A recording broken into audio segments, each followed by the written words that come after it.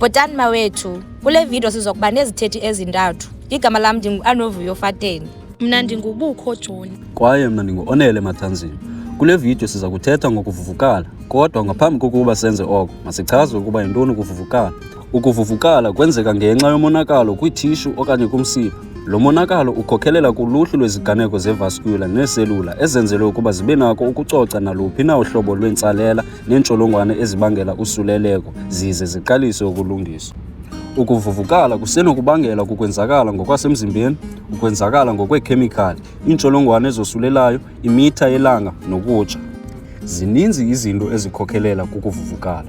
Ingaba siza kwenza ntoni kule video? Siza kubonisa ipathogen ingena njani emzimbeni. Emva koko sibonise inkqubo yonke yokuvuvukala ngokulandelelana kwayo, ukusuka kusuleleko ngokwentsholongwane.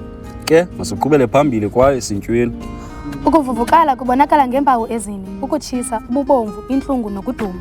Xa zidibene zonke ezi mpawu zikhokhelela ekungakwazini ukusebenza kuloo ndawo kuthe kwakhona umonakalo. Ukuvuvukala kuqala ngesivuselele esinjenge-pathogen. Ukuvuvukala kuyimpendulo yokhuseleko eyenzelwe ukucima umzimba wezizathu zokulimala kunye nemiphuma, kunye nee-cells ze-necrotic, kunye nezicubu ezibangelwa yintlungu yokuqala, kunye nokuqalisa inkqubo yokuphilisa. Unobangela. Ukuvuvukala kunobangelwa yimiphuma yangaphakathi nangaphandle. Izinto zangaphandle zinokubangelwa zi-non-microbial ezibandakanya ukungezwani komzimba, ukucaphukisa, kunye nee-compound ezinetyhefu. Impendulo yokuvuvukala. Kukho iintlobo ezimbini ze-leukocyte, i-granulocyte equka i-neutrophils, eosinophils, basophils kunye nee-mast cells. I-agranulocyte ebandakanya i-lymphocytes kunye nee-monocytes ezithi zahluke zibe zii-macrophages xa zingena kwithishu okanye iiseli ze-dendritic. Inkqubo yokuvuvukala idla ukuqala nge-macrophage okanye iiseli ze-mast, zombini zifumaneka kwizicubu. Xa kukho ukonakala kwezicubu, ezi seli ziphendula kwii-dumps okanye ii-bumps. Iiseli ze-mast zinee-granules eziqulathe abalamli abahlukeneyo abadumbayo njenge-histamine nee-cytokines.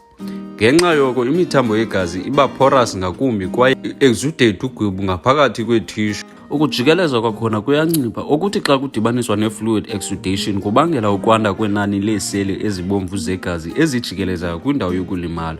Ukongeza, ii-macrophages ezingumkhondo wenkunkuma womzimba ziqala ukutya iintsholongwane ezihlaselayo. Ukukhutshwa kwe-cytokines kubangela ukuba ii-capillaries ivuleke kwaye ikhusele ukunyanzeliswa kwevascular ukuvumela iiproteini zeplasma kunye nolwelo ukuba lushiye ukujikeleza.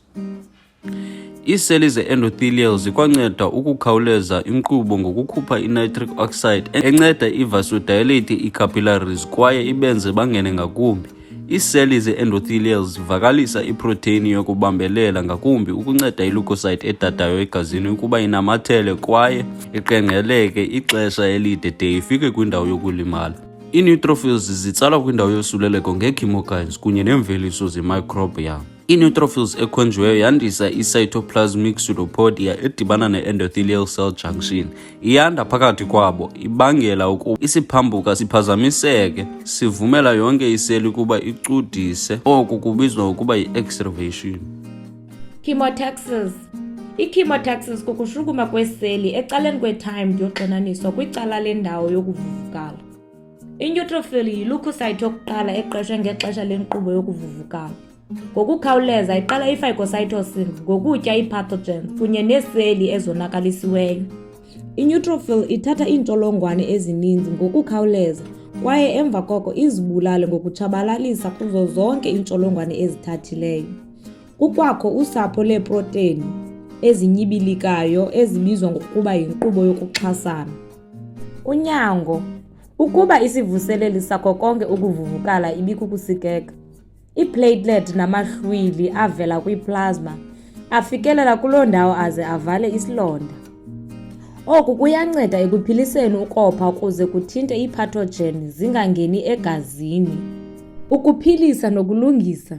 Ii-macrophage zigayelwe ukuba zitye iiseli ezifileyo okanye ezifayo ukuze itishu ilungiselele iiseli ezintsha. Oku kulandelwa yi-angiogenesis, nto leyo ukwakheka imithambo yegazi emitsha, kwaye oko kubangelwa yimiba ukukhula ekhutshwe yi-macrophages. Le mithambo yegazi isandulwa ukubunjwa yeyokwexeshana, nto leyo ethetha ukuba lakuba lipholile inxeba lemithambo emitsha ibuyela emva. Ekugqibeleni, kukho i-fibroblast eza kwindawo yokuvuvukala kwaye idibanise i-collagen ukunceda ukupholisa amanxeba. Ukuba kukho umonakalo omncinci, itishu iphinde ibuyele kwimo yayo eqhelekileyo ephilileyo. Apho kukho khona umonakalo omkhulu, iiseli zithathelwa indawo sisiva esingenamsebenzi.